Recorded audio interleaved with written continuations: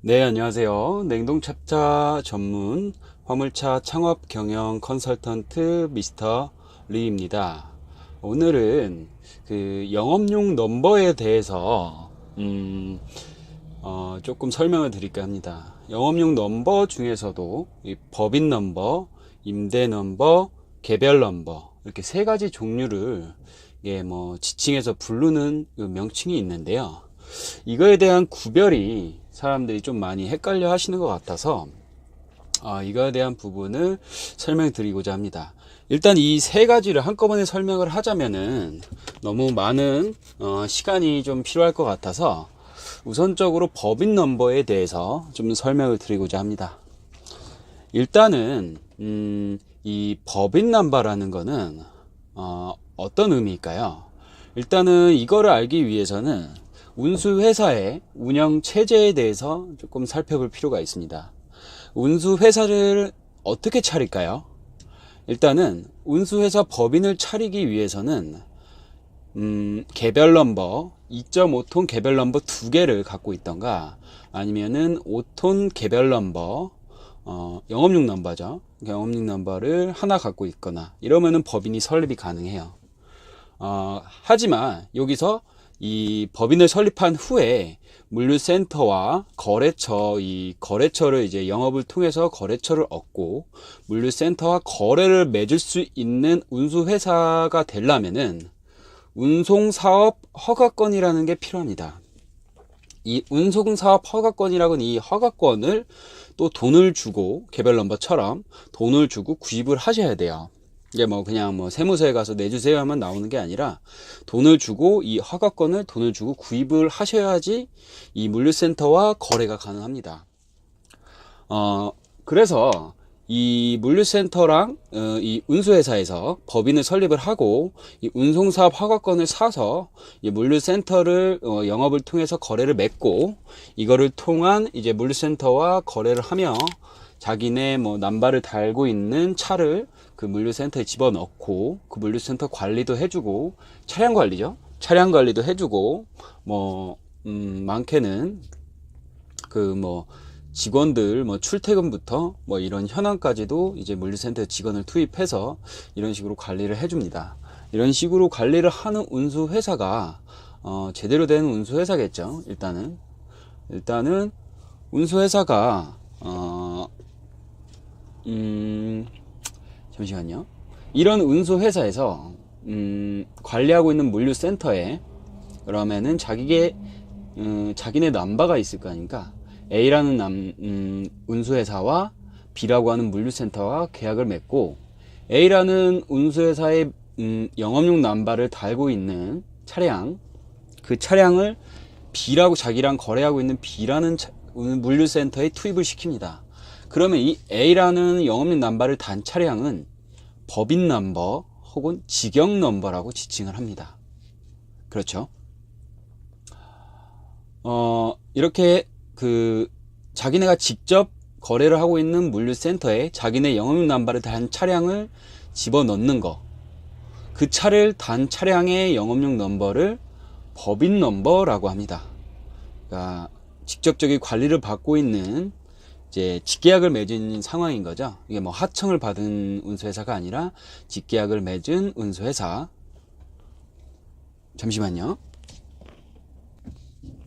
네, 그러면은 이 법인회사, 법인 남바 혹은 직영 남바, 이건 같은 얘기입니다. 법인 남바와 직영 남바는 같은 이 물류센터를 관리하는 운수회사에서 직접 이제 투입된 이런 남바를 직영 남바 혹은 법인 남바, 이거는 같은 남바에 대한 이게 지칭이고요. 그러면은 여기서 이 법인 남바의 장점과 그 단점에 대해서 설명을 한번 드리도록 하겠습니다. 이 법인 남바를 달고 있다 그러면은 이 A라고 하는 운수회사에서 관리하고 있는 물류센터가 한 5개에서 한 10개 정도 된다. 그러면은 일단적으로 그 물류센터에서 실수를 하거나 누구와 언쟁을 있었다거나 아니면 거기 관리자랑 좀 사이가 안 좋았다 하더라도 쉽게 자르지를 않아요. 쉽게 뭐 자기는 직영 남바기 때문에 쉽게 자르거나 일을 못하게 아예 막아버리거나 뭐 그러진 않아요. 그리고 이 사후 관리를 좀 많이 해주죠. 차량도 판매도 해주고요. 그리고 거래처가 만약에 이 A라는 운수회사랑 물류센터랑 계약이 끊겼을 때 다른 이제 거래처 쪽으로 집어 넣어주기도 하고요. 이 물동량을 어느 정도 맞춰주고 이 수입을 어느 정도 가져갈 수 있도록 맞춰줍니다. 이거에 대한 장점이고요. 그리고 이 임대남바 외부차라고도 하는데요. 이 자기가 직접 B라는 물류센터랑 A라는 운수회사가 계약을 했는데 C라고 하는 운수회사에서 남바를 단 차량이 이 B라고 하는 물류센터에서 들어가서 일을 하게 되면은 이 차주는 C라고 하는 운수회사한테 지임료 및 관리비를 20만 원을 줘야 되고요. 그리고 또 A라고 하는 이 운수회사한테 또 20만 원을 줘야 됩니다. 관리비로. 이런 부분이 조금 있고요. 그런 부분에 맞춰서 그렇게 그 지출 비용이 조금 늘어난다는 거죠. 장점은 일단은 일이 끊기지 않게 도와주고 뭐 이것저것 챙겨주고 그리고 쉽게 자르지도 않고 코스도 좀 조금 좋게 만들어주고 남들보다 조금 더 잘 챙겨줍니다. 그리고 나중에 팔 때 판매까지도 운수회사에서 책임져 주고요. 어느 정도는. 그리고 100% 다 팔 수는 없는 거죠. 원하는 가격에. 그러기도 하고 크게 뭐 이렇게 뭐 물리적인 영향이라던가 뭐 이게 뭐 안 좋게 막 이렇게 하진 않습니다. 근데 이 외부 차량 같은 경우에는 일단은 임대남바가 이렇게 들어오게 된 경우에는 좀 이제 신경을 잘 안 쓰죠. 그리고 관리비도 딱 받고 C라는 운수회사도 관리비를 받고 그러면 이 임대남바를 단 사람은 투잡을 하게 되면은 이 남바를 빌린 회사한테 20만 원을 주고 뭐 A라는 거래처 투잡으로 할 수 있는 B라는 거래처가 있다면은 A라는 거래처에 또 20만 원 주고 B라는 거래처에 또 관리비를 또 20만 원을 줘야 됩니다. 이 남바에 대한 지임료만 있는 게 아니라 이 물류센터랑 일을 할 때도 거기에 대한 관리비를 또 운수회사한테 그거를 거기랑 그 물류센터랑 계약한 운수회사한테 또 이 관리비를 또 줘야 되는 형식입니다. 그렇기 때문에 이 법인남바의 지금까지는 좀 장점을 얘기할 수 있을 것 같고요. 이제 단점을 한번 말씀을 드릴게요. 이 부분까지가 법인남바, 직영남바 이거에 대한 장점이고 단점이라고 하면은 이 물류센터에서 그리고 이 운수회사에서 이렇게 매진 물류센터 A라는 운수회사에서 어떤 이 물류센터를 한 5군데를 거래를 하고 있는데 나는 이 5군데 외에 다른 거래처를 들어가고 싶어요. 그러면은 이 운수회사에서 그 터치를 합니다. 그렇게 할 수는 없다. 당신은 우리의 그 관리를 받아야 하는 차주다. 이렇게 얘기를 합니다.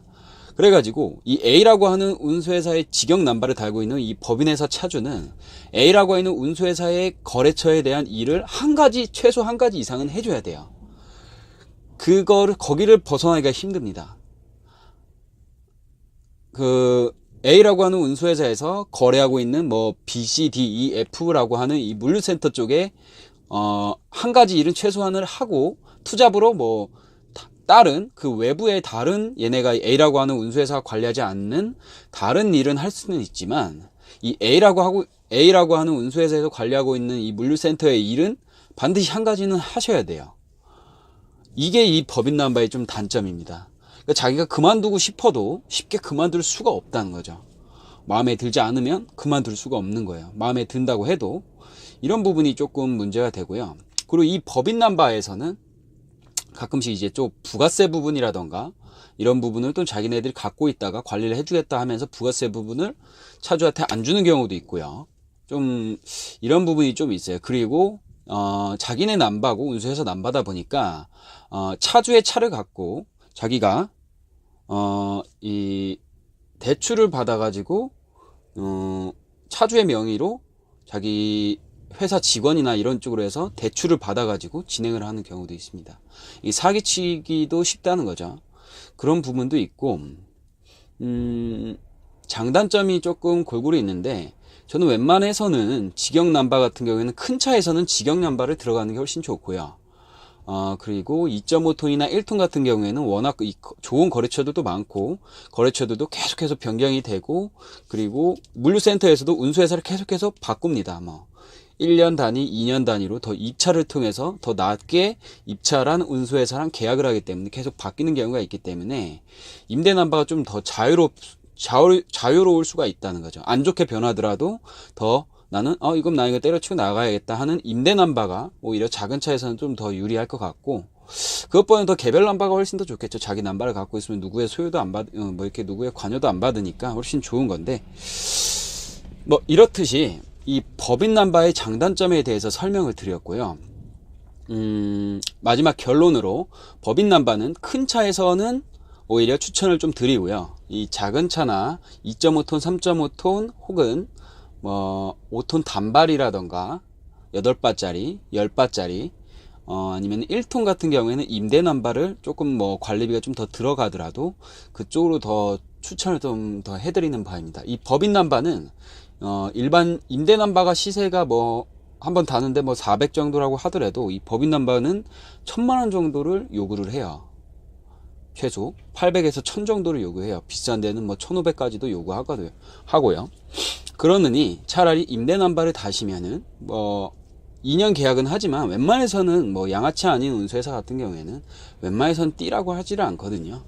그러니까 임대 남바를 20만원을 좀 내더라도 누구와랑 이렇게 조금 사이가 안 좋다거나 불미스러운 일이 안 생길 수는 없거든요. 그런 일이 생겨서 피치 못할 사정이 돼서 어쩔 수 없는 상황이다 했을 때 자유롭게 나갈 수 있도록 조금 임대 남바를 좀 더 추천드리는 바입니다. 작은 차에서는 임대 남바, 좀 큰 차에서는 1톤에서 3.5톤까지는 임대 남바, 그 이상 4.5톤에서 25톤까지는 좀 이제 큰 남바, 이 법인 남바, 직영 남바를 조금 다시기를 좀 추천드리는 바입니다. 예, 이상 냉동탑차 전문 화물차 창업 경영 컨설턴트 미스터 리였습니다. 감사합니다.